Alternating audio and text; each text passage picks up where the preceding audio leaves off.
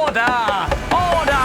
The law. The Old Testament is made up of 39 different books that can be broken down into 5 categories.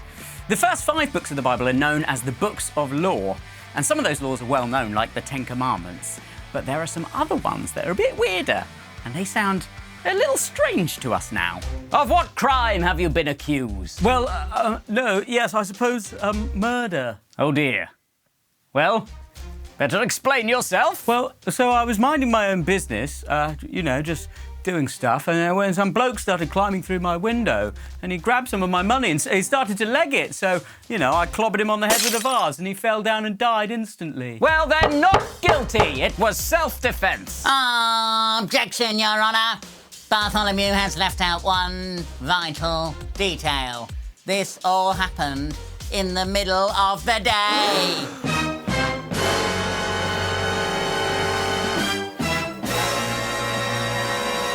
Then guilty.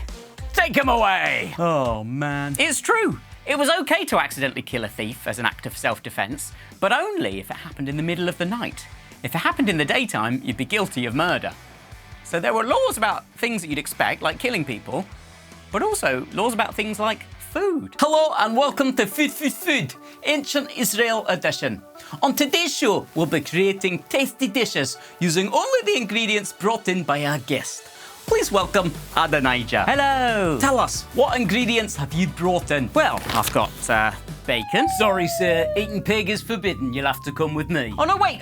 Can we cook something else? What about crab? No, I'm afraid that's a sea creature without fins or scales. Prohibited. It's okay. I'll get something else. How about a nice bit of poultry? Oh, chicken, my favourite. No, owl. Absolutely not. Seagull? Right, that's it. You're under arrest. Wait. What about locusts? Disgusting. No, yeah, you're actually all good there. Locusts are fine. Enjoy your meal. Ta-ra. There are 613 commands written in the law.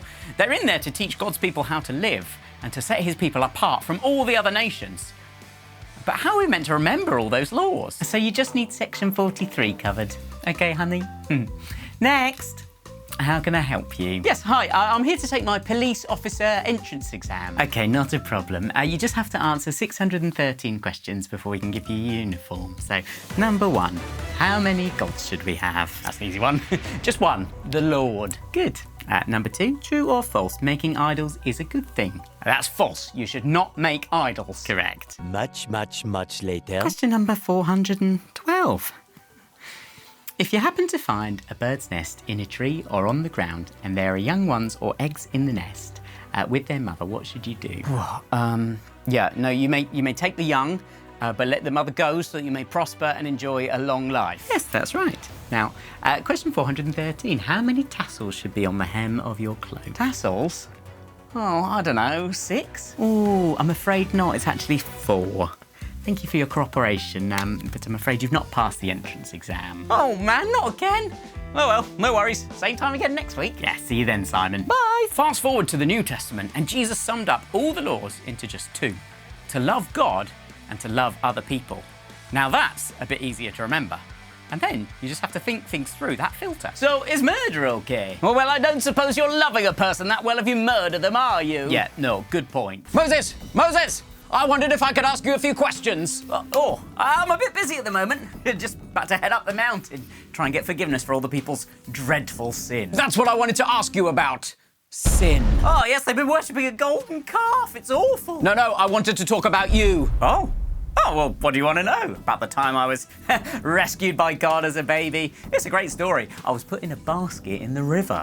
Not exactly. I've heard something quite concerning about you. Do you have any comments? Oh, the burning bush. You must want to know about the burning bush. It didn't actually burn me. God was speaking to me from the bush, asking me to set his people free from slavery. Yes, but I heard that when you saw a slave being mistreated, God used me to carry out a bunch of plagues to convince Pharaoh to let us go. That's right. No further questions. No, but what I'm curious about is... about the escape through the Red Sea when I raised my staff and God parted the waters. I heard you killed a man. Oh, you must mean in our battle with the Amalekites. We defeated them when I held up my staff. God saved his people. I needed some help on either side, but so yes, I suppose I am loosely responsible for a couple of their deaths. Anyway, got to go. You committed murder. You killed an Egyptian back when you saw him attacking one of your people. Don't know what you're talking about? You hid the body in the sand and ran away when someone mentioned it. Oh, look, I'm trying to maintain my image here. Just keep it on the down low, OK? I've done loads of good things too. Why don't you report on that? Most of us know about all the great things Moses did. He was rescued as a baby. He saw the burning bush. There were the 10 plagues, the parting of the Red Sea, food coming down from heaven. But he also killed a man. Budget Bible bits. Many years later, when Moses had grown up, he went out to visit his own people, the Hebrews, and he saw how hard they were forced to work. During his visit, he saw an Egyptian beating one of his fellow Hebrews. After looking in all directions to make sure no one was watching, Moses killed the Egyptian. Then hid the body in the sand.